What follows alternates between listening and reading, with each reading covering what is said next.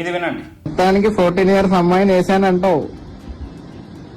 అదే అంటున్నా, నీ మనసులో నువ్వేమనుకుంటున్నావు అదే. వీడు 14 ఏళ్ల అమ్మాయిని అనుభవించాడు. సీతని ద్రౌపదిని రేప్ చేశారంటున్నాడు. సీతాదేవి తర్వాత ద్రౌపది ఏ టీషర్ట్లు వేసుకున్నారా రేపులు అయ్యి. గరికపాటి గారి కాయలు కోస్తాడు. పంతులు గారు మేము ఒట్టకాయలు కట్ చేసేస్తే అవుతారు మీరు. ఎరా జ్యూస్ చేసుకుని తాగుతావా? ఇక శివాజీ రాతగాని చెప్పడానికి చెప్పలేము. అలాంటి మాటలతో పిలిచాడు ఈ లంబడి కొడుకు. రాత్రి అయితే చాలు రోజుకు ఒక అమ్మాయి కావాలని ముట్టాలి నా కొడుకు. నువ్వు గరికపాటి గారిని అనే అంతటోడ థాయిలాండ్ లో అమ్మాయిల్ని ఎలా కొనాలి అనే బ్రోకర్ వీడియోలు చేసుకునే నా కొడుక నువ్వా అమ్మాయిల ఫ్రీడమ్ గురించి మాట్లాడేది. మళ్ళీ కింద ఒక కామెంట్, ఈడేదో భారతదేశాన్ని మొత్తం ఉద్ధరిస్తున్నాడు. వీడు ఒక వీడియో రిలీజ్ చేశాడు. అందులో ఇండియాలో ఉన్న అబ్బాయిలు బ్యాంకాక్ రండి, ఇక్కడ అమ్మాయిలు ప్లస్ ఆఫ్రికా నుంచి తెచ్చిన వయాగ్రాని సప్లై చేస్తారు. ఈ నా కొడుకు మళ్ళీ అమ్మాయిల ఫ్రీడమ్ గురించి మాట్లాడు. కొకైన్ డ్రగ్ ఎలా తయారు చేయాలని చెప్పే ముండ నా కొడుకు నువ్వు శివాజీ గారి గురించి మాట్లాడు. రోజుకో పిచ్ మీద బ్యాటింగ్ చేస్తానే కుక్క నువ్వు గరికపాటి గారి గురించి మాట్లాడు. నువ్వు ఎర్రి మాటలు మాట్లాడిన ప్రతిసారి మీ ఇంట్లో వాళ్ళు నిన్ను మెంగకపోవడం వల్ల నువ్వు ఇలా తయారయ్యావు. బేవర్స్ నా కొడుకు. కరోనాల గురించి మాట్లాడేటప్పుడు సబ్జెక్ట్ తెలుసుకొని మాట్లాడరా ముండా. హిందూస్ ని ఇన్సల్ట్ చేసిన ఈ తుక్లక్ నా కొడుకుని మనం బాయ్కట్ చేయాలి, కానీ